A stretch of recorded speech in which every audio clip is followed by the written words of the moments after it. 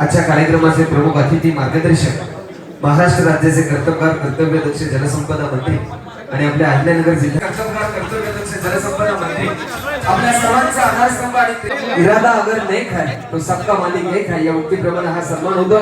आपण जोरदार टाळ्यांचा गजर या ठिकाणी नक्कीच करूया आणि साईबाबांच्या चरणी साहेबांना उदंड आयुष्य आणि समाजसेवेचे हे व्रत असंच निरंतर सुरू राहावं। ते नेहरूजींच्या इंटरिम गव्हर्नमेंट मधले एक केंद्रीय मंत्री होते।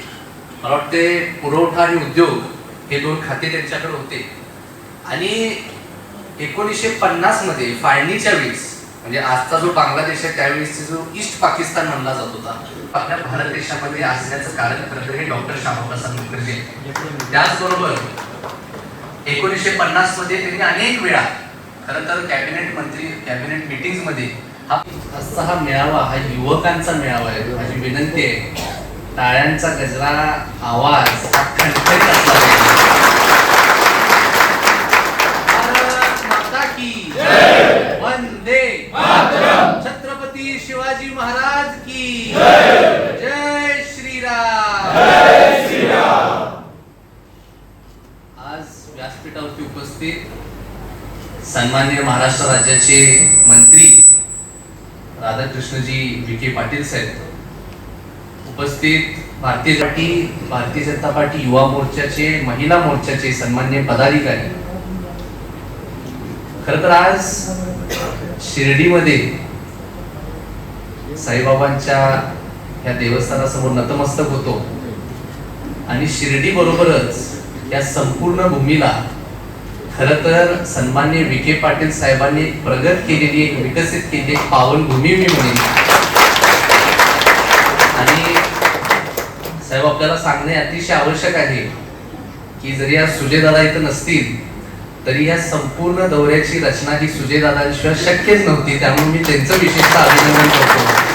आज ते प्रवासात आहेत आणि म्हणजे मी खरं तर साहेबांबद्दल काय बोलू, कारण माझे वडील हे सुद्धा साहेबांना त्यांच्या वडील समान मानतात आणि मी सुद्धा साहेबांना माझ्या वडील समान मानतो आणि माझा त्यांच्या सानिध्यात मी खूप कमी वेळा आलोय।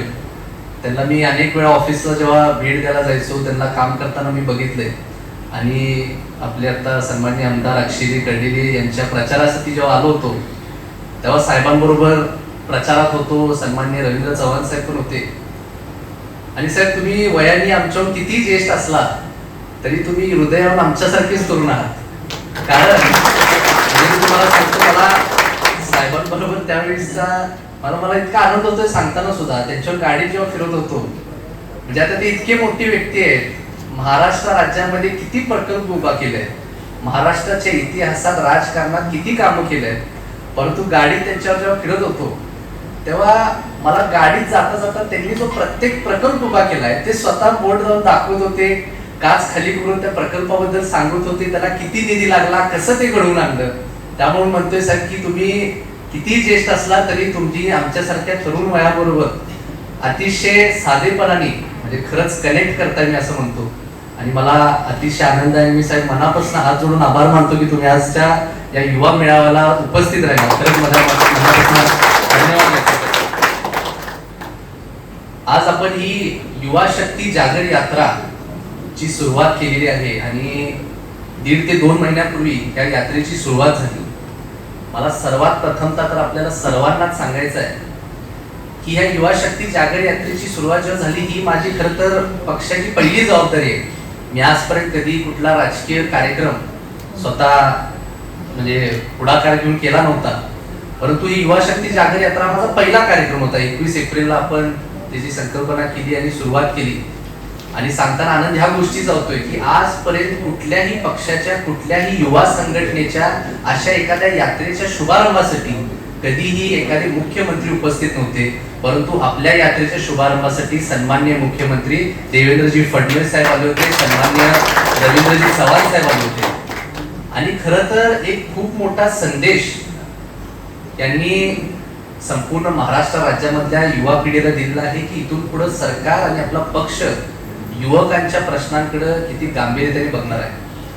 आम्ही ह्या यात्रेची सुरुवात करत असताना खरं तर मुंबईपासून प्रदेश कार्यालयातून सुरुवात करून संपूर्ण कोकण पट्टा, संपूर्ण पश्चिम महाराष्ट्र संपूर्ण आता आम्ही उत्तर महाराष्ट्राकडे आलोय.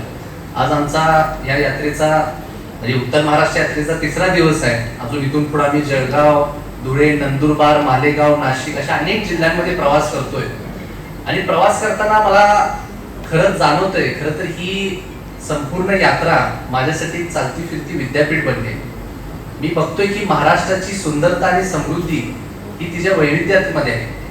कारण आपले प्रत्येक जिल्ह्यामधले आपले लोक असतील, निसर्ग असेल, परंपरा असेल, प्रत्येक गावात, प्रत्येक वाडीत, प्रत्येक बोली भाषेत मला महाराष्ट्राचा खरं तर एक नवीन रंग दिसतो.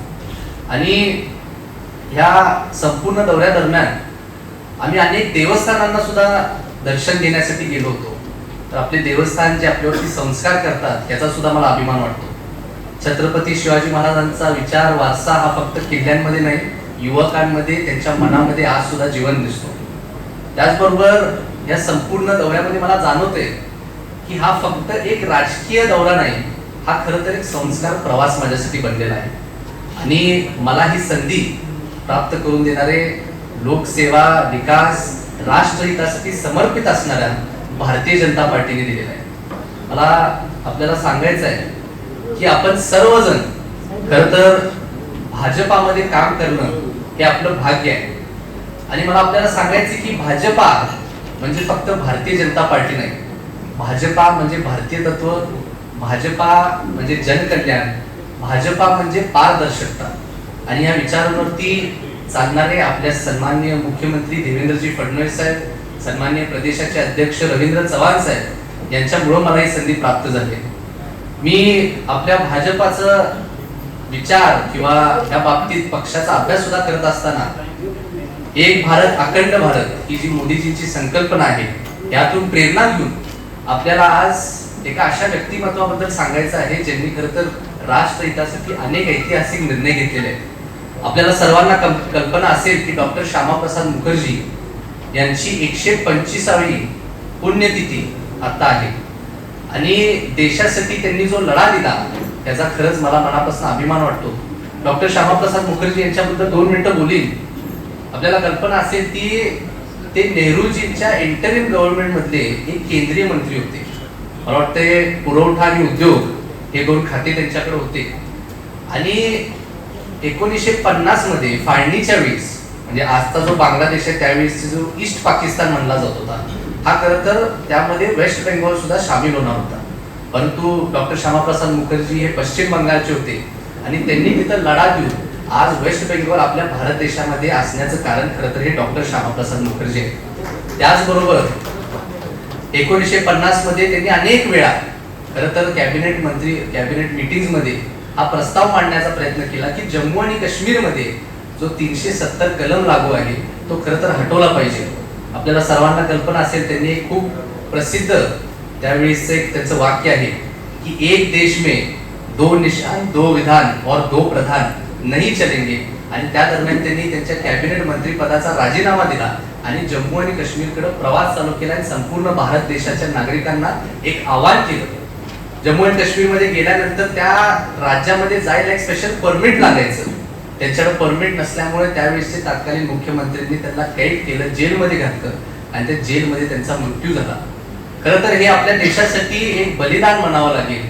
परंतु तो विचार, तो वारसा पुढे नेत मला आपल्याला सगळ्यांना अभिमानाने सांगायचं आहे की सन्माननीय प्रधानमंत्री मोदीजींनी, सन्माननीय केंद्रीय गृहमंत्री अमित शाह साहेबांनी परत एकदा तो ठराव करून आज आपल्या भारत देशामध्ये जो जम्मू आणि काश्मीरमध्ये कलम 370 लागू होता तो रद्द करण्याचा एक ऐतिहासिक असा निर्णय त्या ठिकाणी घेतला. मी आपल्याला सर्वांना विनंती करणार आहे की हा घटनेचा खरं तर अभ्यास करणं तुम्ही गरजेचं आहे. राष्ट्रहितासाठी आपले लोक, आपला पक्ष कशा पद्धतीने विचार करतोय हे समजून घेणं गरजेचं आहे. त्याचबरोबर मला अनेक अशा व्यक्तिमत्वाबद्दल सांगायचं आहे ज्यांनी हा पक्षाचा विचार पुढे नेला. पंडित दीनदयाल उपाध्यायजी यांनी एक शब्द वापरला होता, अंत्योदय. आणि या शब्दाला एक मंत्र बनवणारे आपले सन्माननीय प्रधानमंत्री, अंत्योदय से भारत उदय. अंत्योदय म्हणजे समाजामधला जो शेवटला, रांगेतल्या शेवटचा माणूस जो आहे त्याचा विकास करणे. आणि ते म्हणायचे की एखादं सरकार यशस्वीपणे काम करते त्याचा निकष काय आहे किंवा हे ठरवणार तुम्ही कसं, तर अशा अंतिम व्यक्तीचा किंवा रांगेत बसणाऱ्या शेवटच्या व्यक्तीचा अशा किती लोकांचा तुम्ही विकास करताय, उदय करताय, याचा अर्थ आहे अंत्योदय से भारत उदय. आणि मला आपल्याला सांगताना अभिमान वाटतो की आपल्या भारत देशाच्या गरिबी रेषेला मधनं बाहेर आणणारे आज सन्माननीय प्रधानमंत्री मोदीजींनी करोडोच्या संख्येने आज आपल्या त्या ठिकाणी परिवारांना मदत केलेली आहे. पारदर्शकताबद्दल बोलत असताना सुद्धा 2014 मध्ये निवडणूक झाल्यावर शपथविधी झाल्यानंतर पहिलं वाक्य जे आपल्या सन्माननीय प्रधानमंत्रींचं होतं ते म्हणजे ना खाऊंगा ना खाणे दूंगा. आज आपण बघतोय 2014च्या आधी अनेक घोटाळे ह्या संपूर्ण भारत देशामध्ये आपल्याला होताना दिसले, परंतु आज आपला पक्ष अतिशय पारदर्शकतेने आपल्यासाठी काम करतो. आणि मी त्या संपूर्ण प्रवासाचा किंवा मला हे अनुभव इतक्या तरुण वयामध्ये दिल्याबद्दल सन्माननीय मुख्यमंत्री साहेबांचं, रवींद्र चव्हाण साहेबांचं मी मनापासून आभार मानतो. साहेब, आम्ही युवा मोर्चाचा जेव्हा अभ्यास करत होतो किंवा या संपूर्ण यात्रेची जेव्हा रचना करत होतो तेव्हा मी हे वारंवार सर्व भारतीय जनता पार्टी युवा मोर्चाच्या पदाधिकाऱ्यांना सांगण्याचा प्रयत्न करत आहे की युवा मोर्चा हा राजकीय क्षेत्रामध्ये काम करण्यासाठी तर एक व्यासपीठ आहेच, परंतु युवकांशी निगडीत कुठलाही क्षेत्र असो, विद्यार्थ्यांचे शिक्षणाचे प्रश्न आहेत, तंत्रज्ञान क्षेत्र आहे, रोजगाराचे प्रश्न आहेत, खेळाडूंचे क्रीडाचे प्रश्न आहेत, अशा अनेक विविध गोष्टींमध्ये काम करण्यासाठी खरं तर युवा मोर्चा हा व्यासपीठ अतिशय उत्तम आहे. कारण आम्ही संपूर्ण रचना जेव्हा करत होतो प्रत्येक जिल्ह्यामध्ये, आज आपली जशी बैठक चालू आहे तशी युवा मोर्चाच्या पदाधिकाऱ्यांची बैठक तर प्रामुख्याने आपण घेतोच, परंतु मी मागच्या काही दिवसांमध्येच आम्ही MIDC ला भेट दिली. त्या ठिकाणी काही युवा उद्योजकांना भेटलो. त्यांच्या माध्यमातून मला कळलं की केंद्र शासनाच्या अशा अनेक MSMEच्या माध्यमातून योजना आहेत ज्याच्या माध्यमातून जवळजवळ 65 ते 70% सबसिडी मिळून आज उद्योजक तयार होत आहेत. आम्ही GMRTचा एक प्रकल्प होता पुण्यामध्ये, तिथं रेडिओ फ्रिक्वेन्सी मधनं स्पेसचा अभ्यास होतो. तिथं जाऊन आम्ही काही यंग तरुण सायंटिस्टला भेटलो.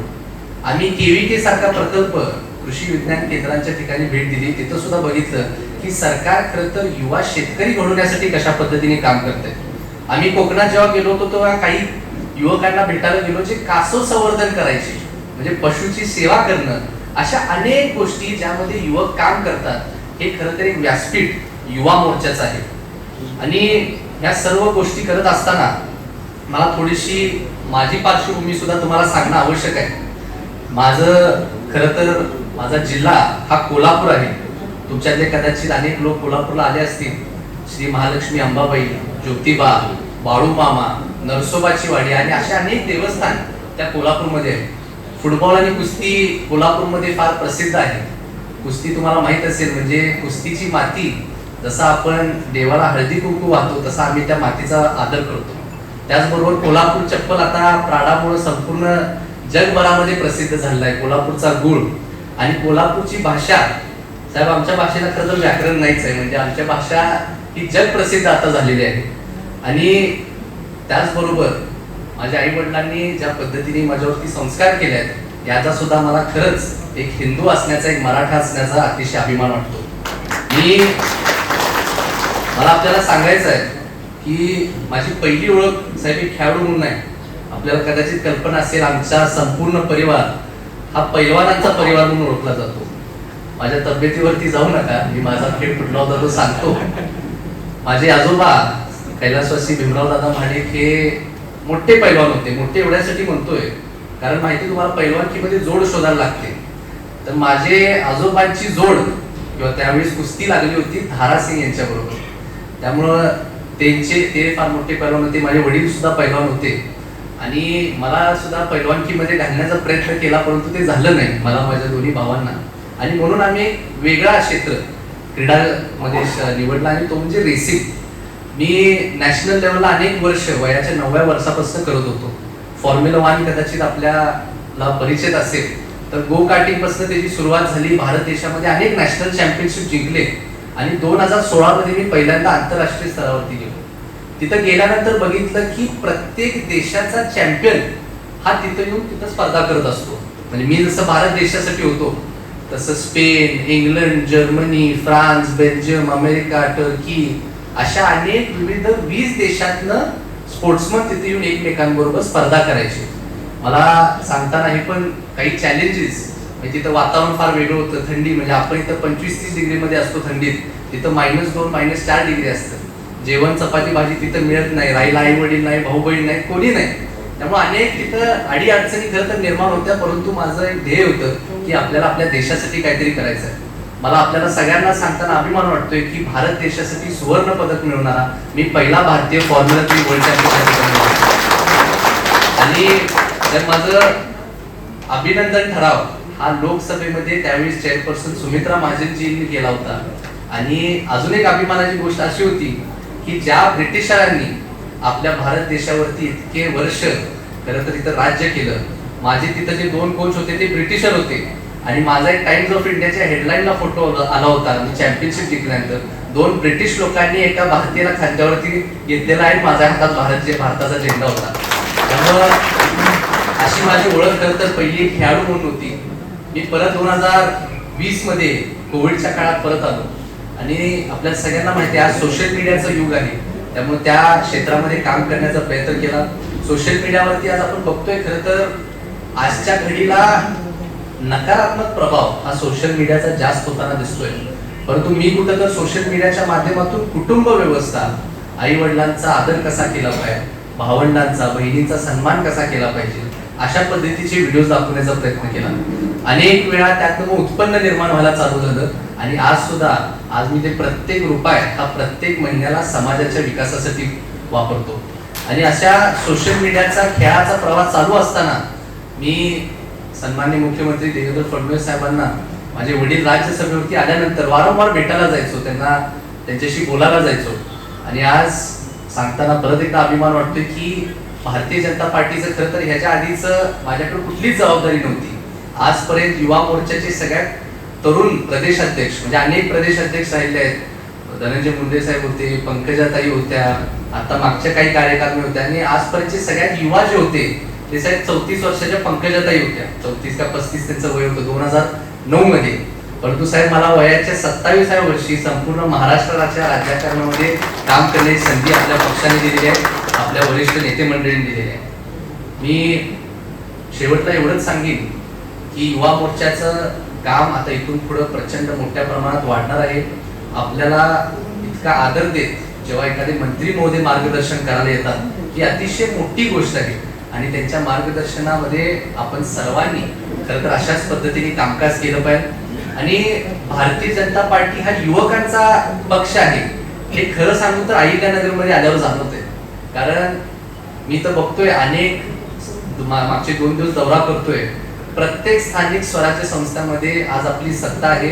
सन्माननीय राधाकृष्ण विखे पाटील साहेबांच्या नेतृत्वाखाली प्रत्येक संस्थेमध्ये आपली सत्ता आली आहे. आणि त्यामध्ये बघतोय की जवळजवळ 50 ते 80% ही युवक आहे. म्हणजे 35 ते 40 वय गटातले आतले लोक आहेत. त्यामुळं हा खरं तर आपल्या पक्षाचा फार मोठा यश म्हणावा लागेल. पुण्यश्लोक अहिल्यादेवी होळकर यांच्या नगरीमध्ये येताना खरंच मन प्रसन्न झालेलं आहे. आणि शेवटला एक 2 सूचना ज्या प्रदेशकडनं आत्ताच या सभेला यायच्या आधी आल्या होत्या त्या आपल्याला सर्वांना सांगायचं आहे. आपल्याला पक्षांनी एक डिजिटल लर्निंग प्लॅटफॉर्म हे सरळ ॲपवरती तुम्हाला एक टास्क दिलेला आहे. तर मला युवा मोर्चाच्या सर्व पदाधिकाऱ्यांना विनंती करायची आहे की 2च दिवसामध्ये नॅशनलची एक मीटिंग होणार आहे. आणि त्या मीटिंगमध्ये एक फार वरिष्ठ नेते मंडळी एकत्रित तिथं असणार आहे आणि प्रत्येक राज्याचा ते आढावा घेणार आहे. त्यामध्ये युवा मोर्चाचा परफॉर्मन्स आपल्याला चांगल्या पद्धतीने दिला पाहिजे. त्यामुळे हे सर्वांनी आपापल्या पदाधिकाऱ्यांची जबाबदारी घेऊन सरळ ॲपवरती पूर्ण करावी अशी विनंती करतो.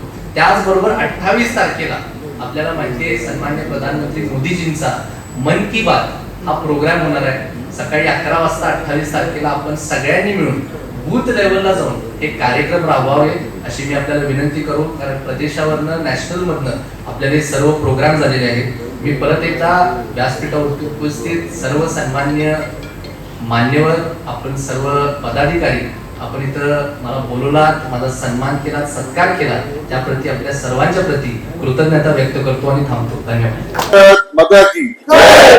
भारत माता की जय. वंदे मातरम. आपला सर्वांचा आनंद दैवत छत्रपती शिवाजी महाराजांच्या पावन स्मृतीला मी प्रथमतः अभिवादन करतो. पुण्यश्लोक अहिल्यादेवी होळकर, क्रांतिज्योती सावित्रीबाई फुले आणि आज ज्यांची जयंती आहे ते छत्रपती शाहू महाराज यांच्याही पवित्र स्मृतीला मी वंदन करतो आणि आपल्या भारतीय राज्यघटनेचे शिल्पकार महामानव भारतरत्न डॉक्टर बाबासाहेब आंबेडकर यांनाही मानवंदन अर्पित करतो. आपल्या पक्षाचे संस्थापक श्यामाप्रसाद मुखर्जी आणि आंदोलन चळवळीचे जनक दीनदयाळ उपाध्याय यांच्या स्मृतीला अभिवादन करतो. आणि आज आपल्या भारतीय जनता युवा मोर्चाच्या वतीने आज या युवा शक्ती जागर यात्रेचं आपल्या साईबाबांच्या पुण्यभूमीमध्ये आगमन होते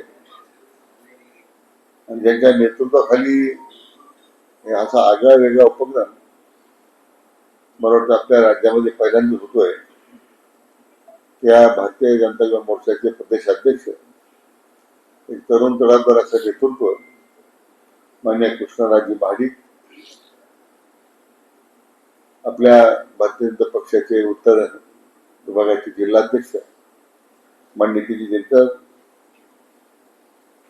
त्याचप्रमाणे जिल्ह्याचे सरचिटणीस अशोकराव पवार, युवा मोर्चाचे जिल्ह्याचे अध्यक्ष मान्य रोहितजी चौधरी,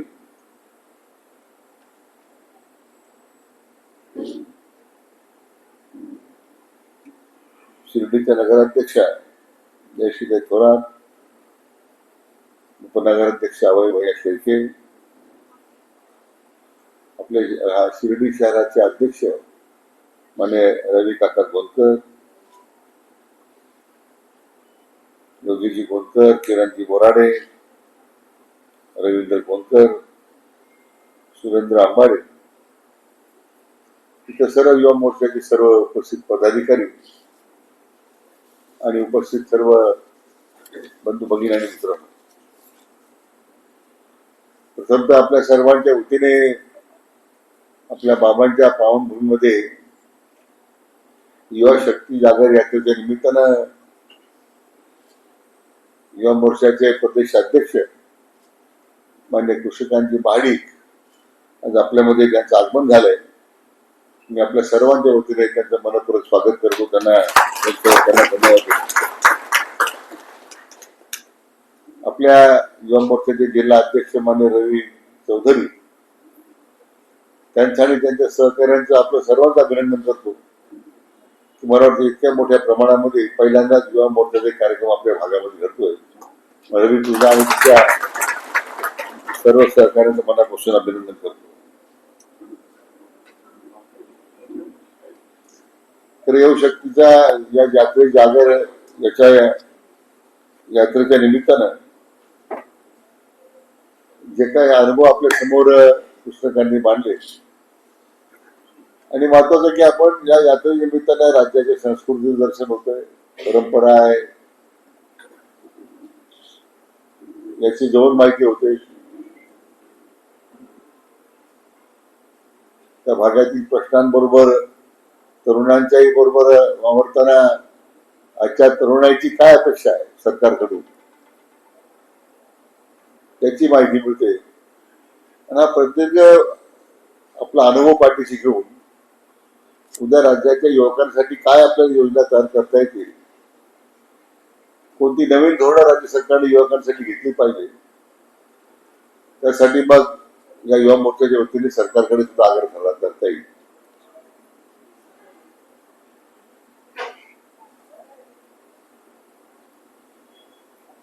तर आपला देश तर तो आपल्या देशात हा तरुणाईचा देश समजला जातो. स्वामी विवेकानंदांनी पुढे म्हटलं होतं की मला 100 ध्येयवाडी तरुण द्या, मी आपला भारत देश बदलून दाखवतो. मला वाटतं ती संकल्पना आपले विश्वनेता आदरणीय प्रधानमंत्री नरेंद्र मोदी यांनी डोळ्यासमोर ठेवून या मागच्या 12 वर्षाच्या वाटचालीमध्ये देश एका महाशक्तीकडे वाटचाल करतोय आणि आज जग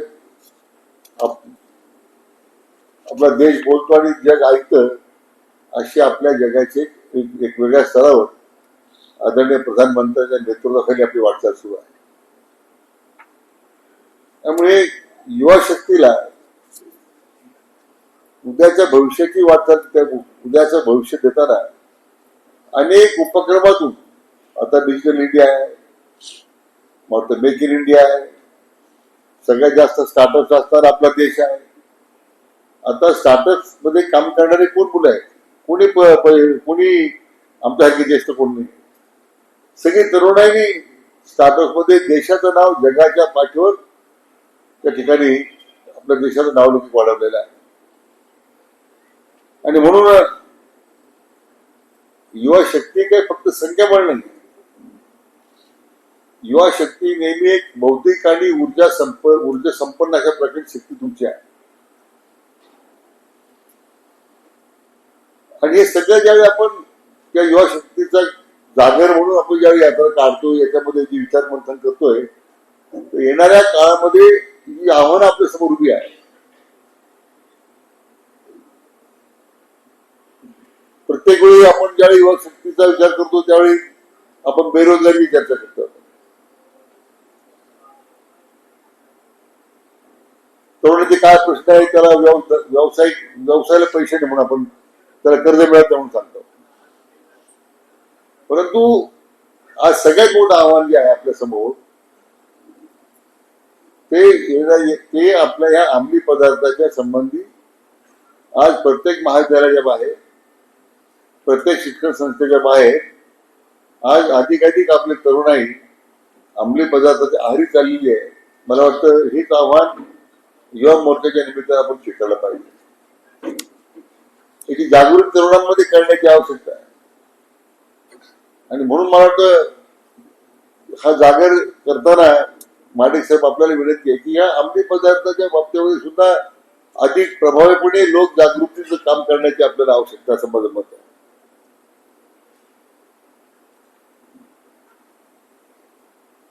रोजगाराच्या जो नवीन संधी उपलब्ध होत आहे.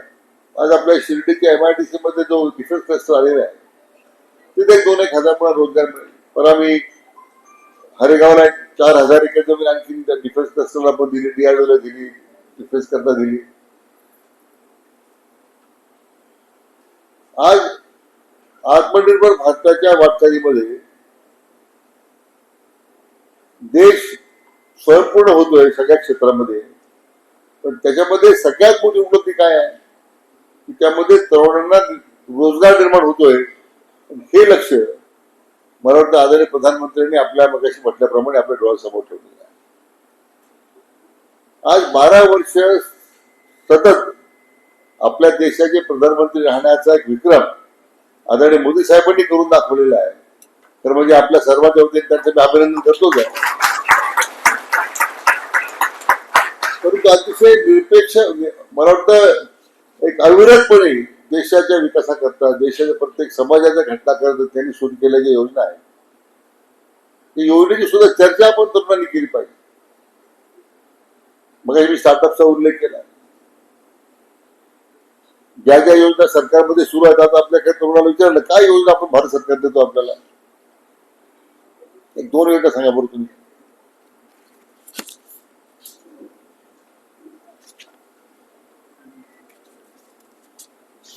आपल्याला हा जो एक विसंवाद आहे आपल्यामधला, आज 81 कोटी लोकांना मोफत धान्याची योजना सुरू आहे. ती कोणी सुरू केली? आपण किती बोलतो आपण त्याच्याबद्दल. आयुष्यमान भारत आज प्रत्येकाच्या घरामध्ये 5 लाखाचं कार्ड दिलेलं आहे. किती आपण नको चर्चा करतो आपण. सामान्य लोकांच्या जीवनाशी संबंधी असणाऱ्या योजना आहे. परंतु जोपर्यंत आमची युवा शक्ती अधिक प्रभावीपणे त्या योजनेचा प्रचार प्रसार करत नाही, ते सुद्धा आपल्या युवा मोर्चाचे कामच आहे. मला वाटतं या सगळ्या दौऱ्याच्या निमित्तानं या सगळ्या विषयाचा विचार पण होण्याची आवश्यकता आहे. आपण एक संवाद यात्रा सुरू केली माडिक साहेब, यामध्ये आज संवाद करण्याची आवश्यकता आहे. आणि या संवाद करतानाच आपल्याला अनेक प्रश्न त्यामध्ये समोर येतील, अनेक सूचना समोर येतील, अनेक इतकी तरुणाई आपली इतकी आता भोकं झालेली आहे, प्रचंड त्याच्यामध्ये जी एक अस्वस्थता आहे, सोशल मीडियाच्या माध्यमातून त्याला घेरलेलं आहे. आता माध्यमानेच आपल्यावर आता अतिक्रमण केलेलं आहे आणि माध्यम सांगतील ते आपण ऐकतो, आपल्या घरच्या आईवडिलांना आपण ऐकत नाही.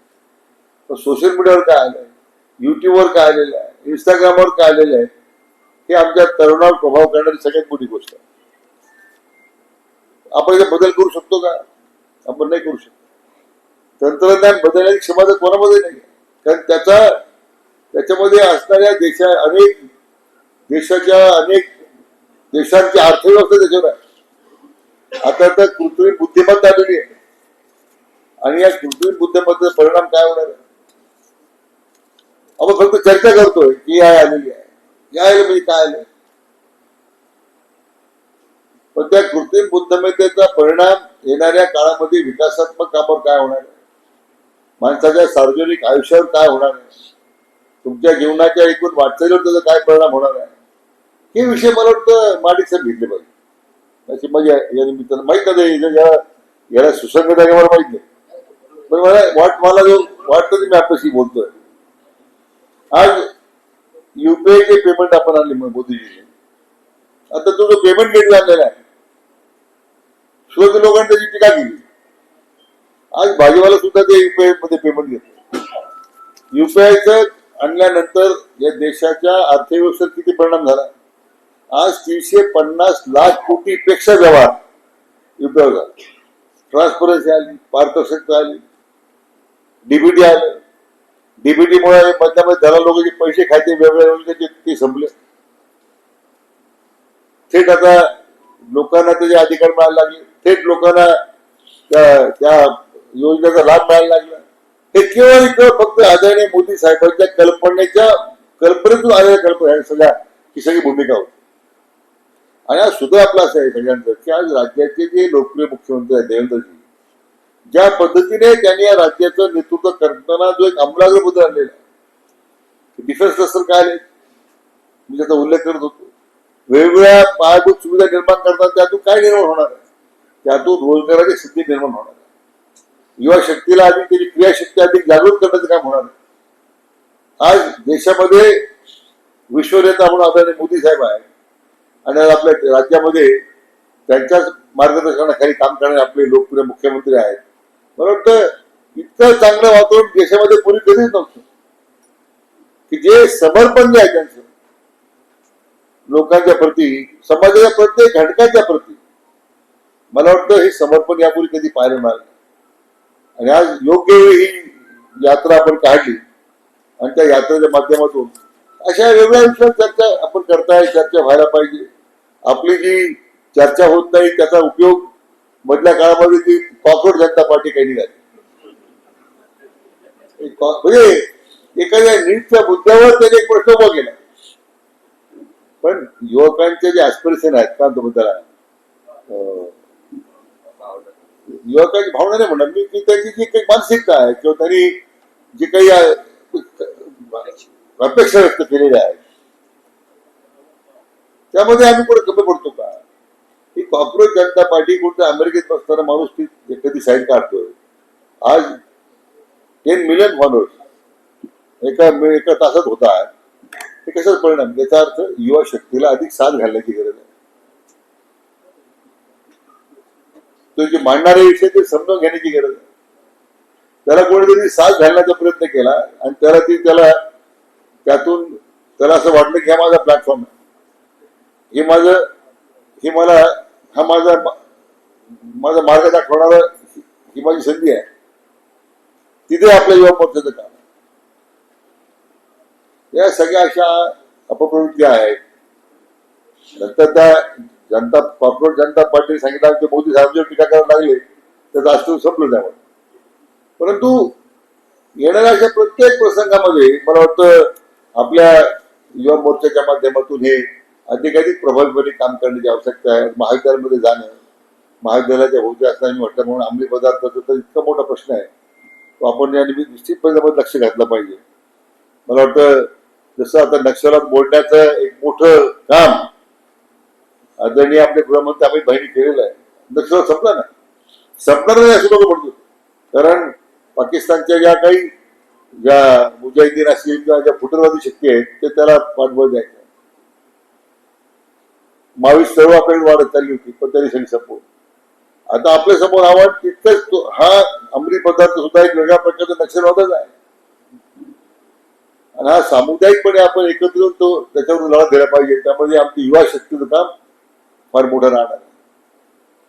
म्हणून माझी विनंती आहे की आपण त्या जागर यात्रेच्या निमित्तानं आपलं जे यश आहे त्या तरुणाईच्या भावनेला त्याच्या एकूण मानसिकतेला साथ घालताना समाजाच्या विविध अशा प्रश्नांची चर्चा मला वाटतं या संवाद यात्रेतून होण्याची आवश्यकता आहे.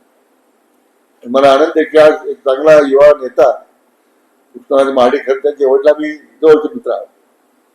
त्यांचे मला वाटतं आपले महादेवराव त्यांचे चुलते तुमचे ना, त्यांचे वडिलांचे चुलते महादेवराव आम्ही मग 99 साली एक आमदार होतो माझ्याबरोबर, विधान परिषद होतो. ते सुद्धा पहिल्याच होते आणि अतिशय ताकदवान माणूस. कोल्हापूरच्या सगळ्या सत्तेकडे सगळ्या माडिकाचेच होते. महाबलिका घ्या, गोकुळ घ्या, काही घ्या, एक ताकदीचं काम करणारं घराणं आहे. नंतर आता त्यांचे चुलते अमल तो आमदार आहे, तो माझ्यावर आमदार विधानसभेमध्ये. त्यांचे वडील आता राज्यसभेवर खासदार आहे. आणि एक मोठी परंपरा खरं म्हणजे कृष्णाकांतला लाभलेली आहे. पण आज आपण इतक्या वेळ देऊन आपण ही जागर यात्रा जी आपण काढलेली आहे, मला वाटतं महाराष्ट्राच्या येण्या काळामध्ये त्या काळामध्ये तरुणांना निश्चितपणे एक चांगली दिशा मिळेल. त्याच्याबद्दल माझ्या मनात संधी नाही आहे. मी त्यांचं पुन्हा एकदा आपल्या सर्वांच्या वतीने मनापासून अभिनंदन करतो, त्यांचं स्वागत करतो आणि आपल्या सगळ्यांच्या युवा मोर्चाच्या कार्यकर्त्यांना मनापासून आपलं अभिनंदन करतो आणि थांबतो. जय हिंद, जय महाराष्ट्र.